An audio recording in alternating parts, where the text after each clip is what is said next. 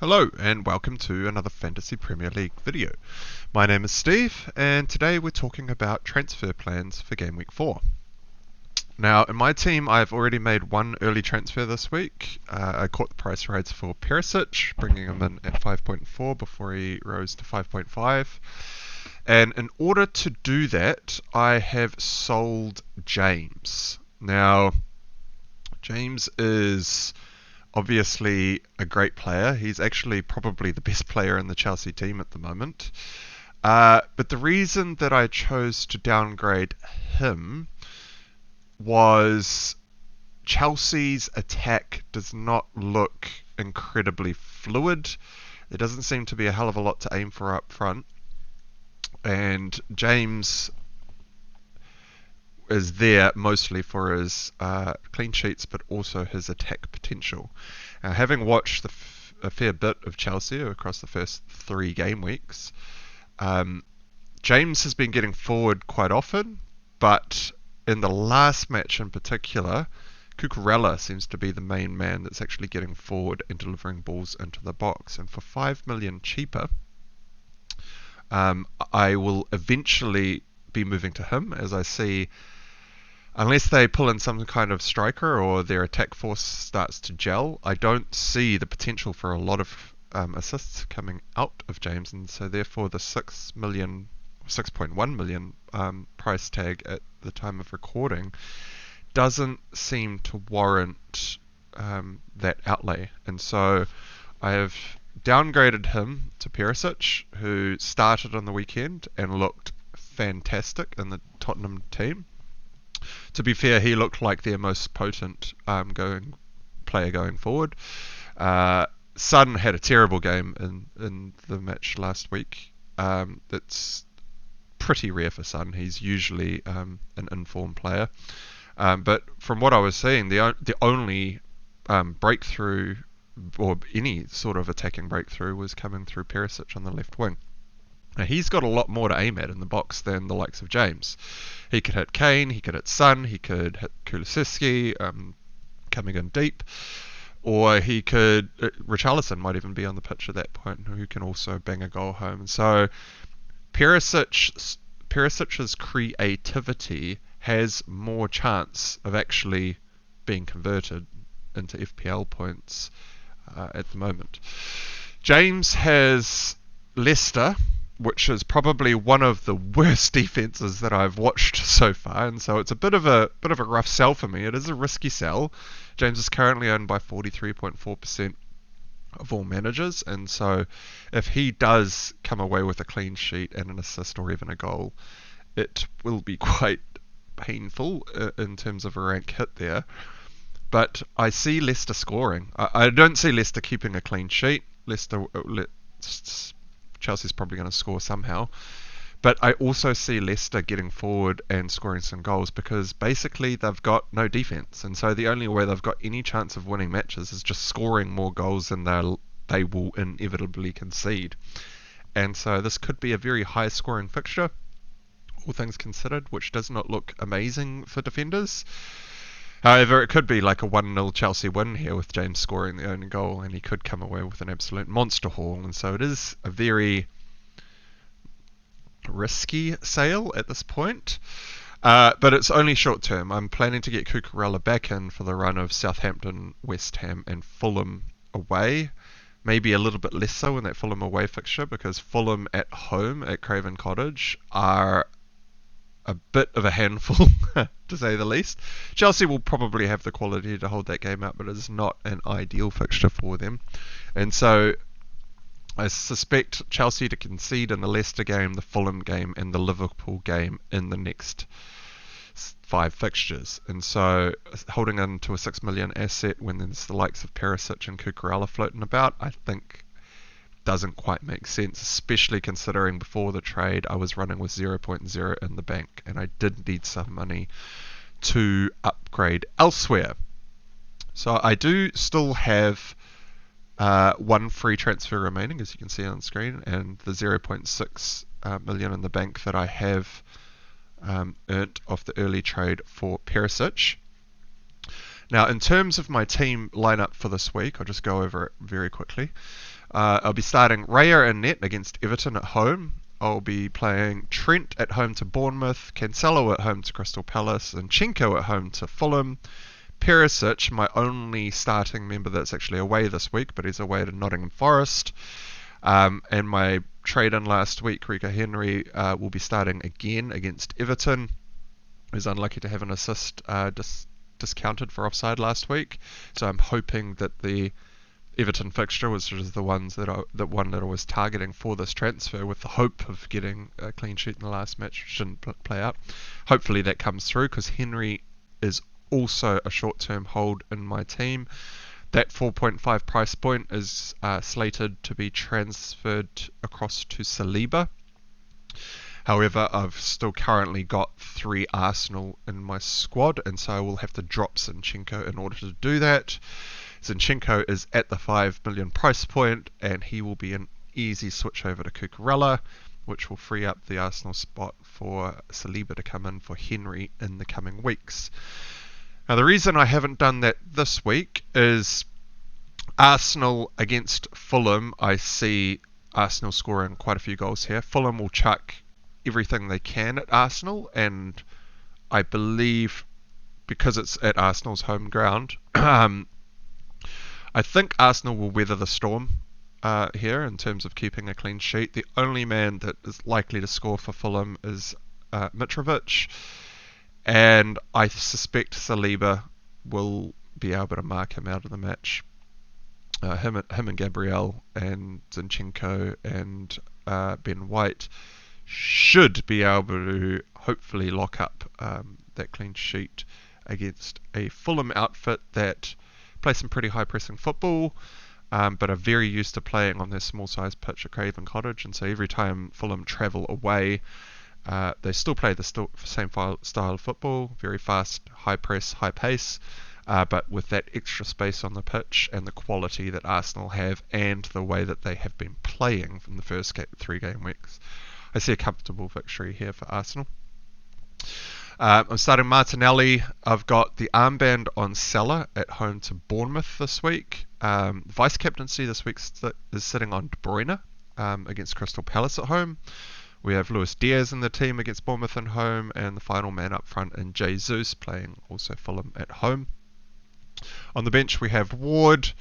Neto is first bench spot, who has lost another 0.1 million overnight, has fallen down to 5.3 million, which is not ideal. I was hoping he was going to hold on to his 5.4 million price tag until the game gets played this weekend, because even though I am not starting him this week, I do suspect that Wolves will score against Newcastle, just because of the way that Newcastle and Eddie Howe play.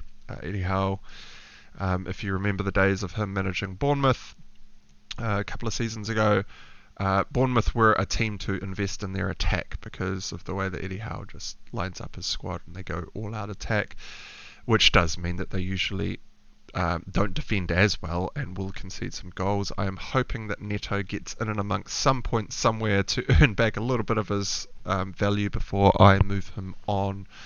He is just sitting as a bench member in my squad at the moment. And the reason for that is I am looking to purchase one of the Leeds boys after this week's fixture against Brighton, and I am not entirely sure who I want to grab yet. I am looking at Rodrigo is out of my price point at the moment, and so I could get him with 2 free transfers next week. So again, I get to see another 90 minutes of Leeds and have a look around the rest of my squad to see if I will be downgrading and whether it's worthwhile putting the money into Rodrigo, or if it's worthwhile just sticking to the same price point and having a look at Aronson, who I've had my eye on and looks like an amazing player. However, his FPL points I am not entirely sure of, and that's why I want to see another 90 minutes from Leeds before I go moving on them. In terms of the rest of the squad, Cancelo is still a lock in my team. He is not warranting his 7 million price point at the moment. However, there is no one else in the defensive unit at Man City that I want. I do not want Diaz. Ake is currently carrying an injury, and Walker is just no. After watching him play last week and him having just a hell of a time dealing with Alan St. Maximum, the minute that Pep gets a chance to put someone in Walker's spot, I think he will do so. I do not know what he's going to do about Zaha this week. He's going to be on the same wing. He's just as good as Alan St. Maximum, if not better. Well, he's got more of an end product, that's for sure. Zaha can shoot on target and will score goals. And Walker just will not deal with that. And so jumping onto a 5 million Walker does not seem very smart, because he could be slated to be dropped by Pep at any minute. And I do not know how or when that will play out. De Bruyne is still in my squad and is going absolutely nowhere. He is my key premium differential that I think everyone is sleeping on. People are still saying that they think Haaland is better than De Bruyne, especially at the 0.5 million cheaper. I do not see this. De Bruyne is the man pulling the strings in the middle of the park. He is creating chances left, right and centre and shooting. He will have way more minutes registered against his name over the coming game weeks, especially with the fixture congestion coming up. So if you weren't aware, game week 4 is the last full week between games where players get a rest. There are no midweek games, but from game week 5 we start the midweek game cycle, and there will be heavy rotation throughout squads, especially considering the 5-sub rule that has been brought in this year. It's the first time we've seen it in the Premier League. We do not know what the managers are going to do, but what it does mean is most of your players will probably get onto the pitch. Therefore, holding a strong bench doesn't seem very wise to me, because if you've got a bench there to come in off your bench for any player that does not make your starting 11 in the week, I do not see that happening very often. You will most likely see, if people do get benched, that they may come on at the 60 or 70 minute mark and will pull in like 20 or 25 minutes at the end of the match, which will not be ideal for FPL points for those players. However, it does mean that investing in your bench does not seem too smart. Of course, we still need to see how this plays out. Managers may not use any of their 5 subs. Some managers are still keeping their subs to a minimum due to just the depth in their squads at the moment. But something to think about when you are making your trades moving forward. You really want to try and nail those players that are going to hit your 90 minutes week on week. This is why I bought Enrique Henry last week. He is the only Brentford man that looks like he is nailed for the full 90 with the attacking potential over the rest of the players in the Brentford squad. Excuse me. And so Luis Diaz, for this reason, is also looking like he may be short for my team. A couple of reasons behind this is because Liverpool do not look like the Liverpool we know. Something is going on at Liverpool, and they're not playing the football that we are used to seeing them play. However, Bournemouth are probably the worst team in the league, from what I've seen so far. Out of all the teams that I've watched, I would say the bottom 3 would be, in no particular order, but Bournemouth, Everton and Aston Villa. Nottingham Forest coming in a close 4th down there. I mean, they swindled they swindled some victories early on, and I just don't see that continuing for Nottingham Forest.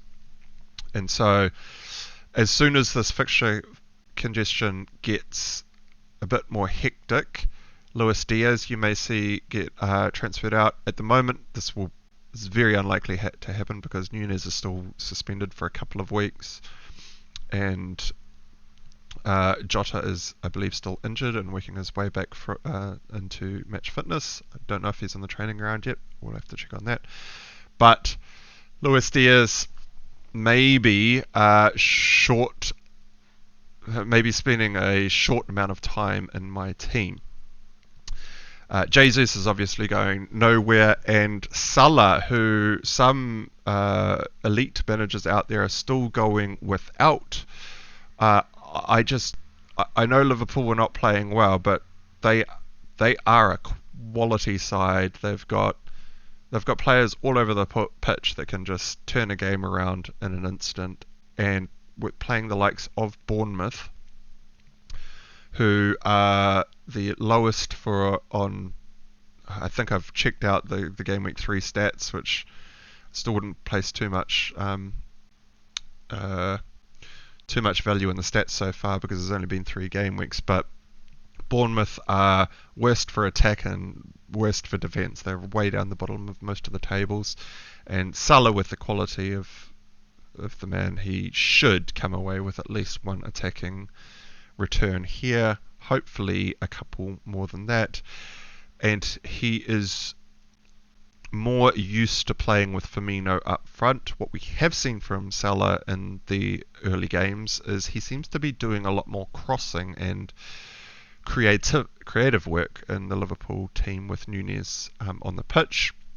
That's because I think instead with Nunez up there, they are no longer aiming at Salah. They are more aiming at the number 9 that they've brought into the squad. However, without Nunez there, I suspect it will revert to going back to the likes of Salah and Diaz, which is what I was expecting against Manchester United last week. It is the way that it did play out on the pitch.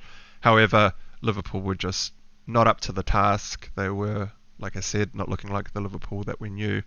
And Man United did an absolute 180 turnaround from their game against Brentford. They played out of their skin in that match and just barely stuck the victory. If you have a look at it, Salah, in the first game he comes away with a goal and an assist when he literally had nothing for the whole match. Very lucky to get that goal and assist. Same thing game week 3 where he gets the header against Manchester United. I think it was from a corner. Might have been a corner. It was definitely a set piece of some sort. It was just unmarked. Ball fell to him and he nods the ball home. So he has had very little in the terms of attacking numbers, but he is still managing to get some of the points. And if Liverpool are going to turn their season around, well, actually start their season, the fixture run that they have coming up is definitely the kind of fixture run that you would expect Liverpool to jump on. Bournemouth, as I said, a relegation side so far this season by the looks of things. Newcastle with Eddie Howe and just the way that they came out against Man City with a ferocious style of attack. Liverpool will have seen that, will be now aware of it, and will be able to tactically work to prevent that from happening. I suspect Trent will be on Alan St. Maximin like a hound, and the midfield will be shutting down a lot of the balls out to him, and if they stop that, that will cut out most of Newcastle's attack from what we saw last week. Everton, another relegation looking side. I would expect Liverpool to bang a few goals there, and then the Wolves fixture, maybe not as good. Wolves are a lot more of a defensive unit, but having hopefully a run of 3 games of Bournemouth, Newcastle, Everton, and coming out with, say, 2 goals per game, running into that Wolves fixture, they should be in a bit more form, should have a lot more cohesiveness on the pitch, and we should see the attacking numbers for Salah increase over this period. Hopefully, fingers crossed. We have not seen this to date, and so this is more of a we know the quality of Liverpool, and we're kind of banking on the quality of Liverpool to pull through here rather than anything that we've seen on the pitch to date so far. For my final trade this week, like I said, I could be looking to go Zinchenko down to Saliba. However, I would much prefer Zinchenko's attacking possibilities against an attacking Fulham side. I suspect Zinchenko will get a bit more joy and being a bit higher up the pitch this week. He was actually sitting quite deep in game week 3. However, against the Fulham side, I'd hope to see him being a lot further forward for the match. I'm just checking my notes very quickly, and that's pretty much it. So banking the free transfer for this game week, rolling into game week GW5, which will be a midweek game. Kicks off on Wednesday next week, so the games will kick off this Saturday in New Zealand time, Saturday night, Sunday morning, and then following Wednesday. So very quick turnaround for those of you who were not aware that the midweek fixtures kick in. And that's about it.